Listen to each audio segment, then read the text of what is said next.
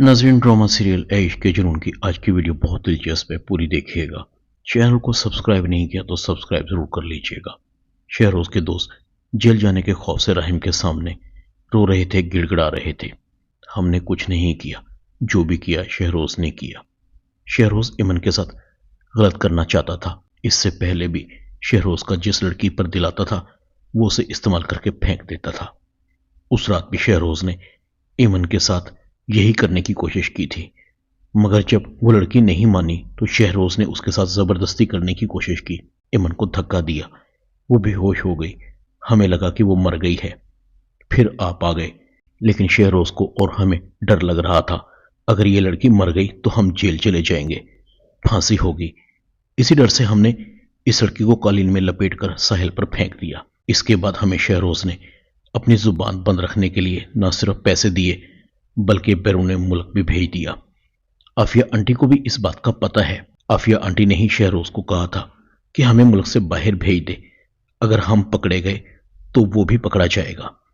रहम लंबी सांस लेता है, इस बयान पर कायम रहना, वरना तुम्हारी ये वीडियो बतौर सबूत पुलिस को दे दूंगा और फिर किसी को कत्ल करने के इल्जाम में तुम्हें सजा होगी। जानते हो किसी को कत्ल करने की कितनी सजा होती है?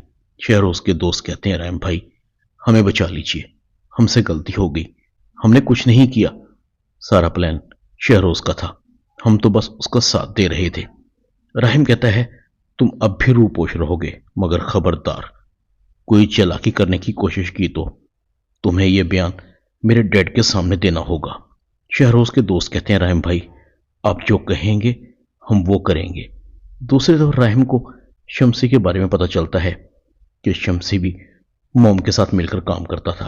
दूसरी तरफ राहिम को शमसी के बारे में पता चल जाता है कि शमसी भी उसकी मोम के साथ मिलकर काम करता था। शूटर का बंदोबस्त भी उसी ने किया था। शहरोज का दोस्त कहता है, यह शख्स काफी दिनों से रूपोश है, मगर कब तक रूपोश रहेगा? हम इसका सुराग लगाने की पूरी कोशिश कर रहे हैं, मगर अभी तक इसका कोई सुराग नहीं लगा। शहरोज कहता है, मैं तुम्हें एक नंबर देता हूं, इसको ऑब्जर्व करो, ये शख्स जरूर इस नंबर पर राब्ता करेगा, फिर आराम से इसकी लोकेशन का पता चल सकता है। शहरोज इंस्पेक्टर से भी मिलता है, उसे अपनी मॉम का नंबर देता है। मुझे इस नंबर की पिछले कुछ दिनों की डिटेल हिस्ट्री चाहिए। इधर शहरोज अपनी माँ के पास जाता है। शहरोज को बहुत गुस्सा आ रहा था, मैं डैड की सगी औलादी नहीं, सब कुछ राहिम के लिए है, मेरी तो कोई औकात ही नहीं। हालांकि मैंने साबित किया है मॉम, मैं राहिम की तरह बिजनेस को संभाल सकता हूं। मॉम देखें, जब राहिम हॉस्पिटल में था तो मैंने ही अपने सारे प्रोजेक्ट को बहाल करवाया। मैंने भी अब सोच लिया है, मैं अपना हिस्सा हर सूरत लेकर रहूंगा। अगर डैड नहीं मानेंगे तो जबरदस्ती छीन लूंगा। इसके लिए मुझे कोई इंतहाई कदम भी उठाना पड़ा तो जरूर उठाऊंगा। आफिया शहरोज की तरफ देखती है, तुम्हें अपने बाप के लिए ऐसे लफ्ज इस्तेमाल करते हुए शर्म नहीं आ रही? बिल्कुल बेहिस हो गए हो। आफिया शहरोज के मुंह पर थप्पड़ मारती है, सारा कसूर मेरा है, मैंने हमेशा तुम्हारी गलतियों पर पर्दा डाला है। आज नौबत ये आ गई कि तुम अपने बाप के लिए ये सोच रखते हो। शहरोज कहता है, मॉम अगर मुझे मेरा हिस्सा ना मिला तो मैं आखिरी हद तक भी जा सकता हूं, अपने हक के लिए किसी की जान ले भी सकता हूं और दे भी सकता हूं। आफिया को गुस्सा आता है, क्यों वक्त से पहले फांसी चढ़ना चाहते हो? अपनी मां पर एतबार करो, सब ठीक कर लूंगी मैं। शहरोज कहता है, आप पर एतबार करके तो नौबत यहां तक आ गई है, ना आप राहिम को यहां लाती, न मेरी हक तलफी होती। आज एक लेप पालक हमारे सारे घर दौलत कारोबार पर कब्जा जमाकर बैठा हुआ है। आफिया कहती है, तुम रिलैक्स करो। शहरोज कहता है, तो फिर आप राहिम को मरवा दें, जब तक वो जिंदा रहेगा मेरा खून खौलता रहेगा। आफिया सर पकड़कर बैठ जाती है। शहरोज, तुमने मुझे किस मुकाम पर लाकर खड़ा कर दिया है? तुम्हारी जरा सी गलती सब कुछ खत्म कर देगी। इधर शमसी आफिया को कॉल करता है, मैडम आप तो मुझे भूल ही गई हैं, मुझे रूपोश हुए बहुत दिन हो गए हैं, अब तो मेरे घर पर भी फाके होने शुरू हो गए हैं, जितने पैसे आपने मुझे दिए थे वो भी खत्म हो गए हैं, पुलिस मेरी तलाश में फिर रही है। आफिया कहती है, तुमने मुझे फोन क्यों किया? अपने साथ साथ मुझे भी मरवाओगे क्या? तुम्हें पता है राहिम को पता लग चुका है कि तुमने मेरे कहने पर ही शूटर का बंदोबस्त किया था, पैसे तुम्हें पहुंचते रहेंगे, आइंदा गलती से भी मुझे कॉल करने की कोशिश मत करना। عافیہ فون بند کر دیتی ہے۔ پتہ نہیں مجھے کیوں لگ رہا ہے قیامت سے پہلے قیامت آنے والی ہے۔ کاش یہ لڑکی مجھے ملی ہی نہ ہوتی۔ بہت شاطر ہے۔ جب سے ہماری زندگیوں میں آئی ہے ہمیں ایک دن بھی سکون کا سانس نہیں ملا۔ ادھر شہروز ایمن کے پاس آتا ہے۔ مجھے لگتا ہے تمہیں میری بات ٹھیک سے سمجھ نہیں آ رہی۔ کیوں نہیں چلی جاتی ہماری زندگیوں سے؟ عافیہ بھی ایمن کے پاس آتی ہے۔ آخر تمہاری کچھ تو قیمت ہوگی۔ تم جو بھی قیمت مانگو گی وہ میں دینے کو تیار ہوں۔ ایمن کہتی ہے، کیا آپ کو لگتا ہے کہ میں بکنے والی لڑکی ہوں؟ آپ کیا دے سکتی ہیں؟ آپ کے ہاتھ تو خود خالی ہیں۔ اگر آپ کا مکار چہرہ میں لوگوں کے سامنے لے آؤں تو آپ کسی کو منہ دکھانے کے لائق نہیں رہیں گی۔ اگر خاموش ہوں تو راہیم کے لیے، کیونکہ راہیم کی عزت، اس گھر کی عزت میرے لیے سب سے اہم ہے۔ راہیم آپ کا بیٹا تو ہے نا، چاہے لے پالک ہی صحیح۔ اتنے میں راہیم بھی آ جاتا ہے۔ موم، ایمن میری بیوی ہے، اس کو ڈرانا دھمکانا بند کر دیں۔ آپ کے خلاف تمام ثبوت آ چکے ہیں۔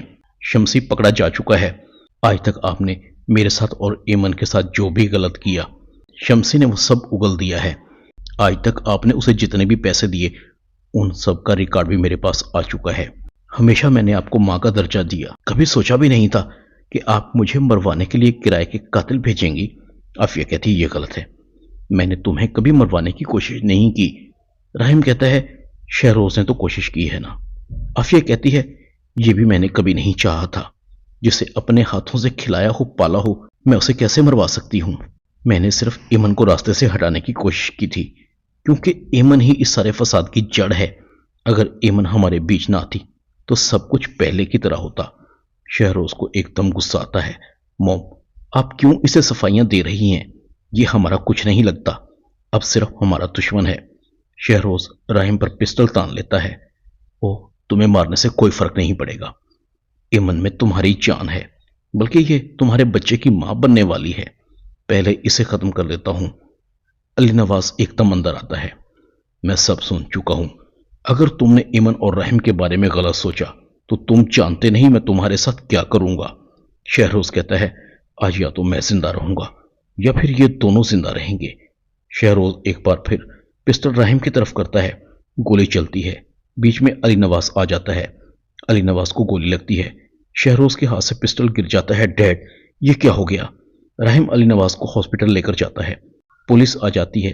رحیم پولیس کو بتاتا ہے گولی اچانک سے چلی ہے، شاید گن لوڈ تھی۔ رحیم شہروز کو معاف کر دیتا ہے۔ شہروز ایمن سے اور رحیم سے معافی مانگتا ہے۔ میں آپ دونوں کا مجرم ہوں، مجھے جو چاہے سزا دے لیں۔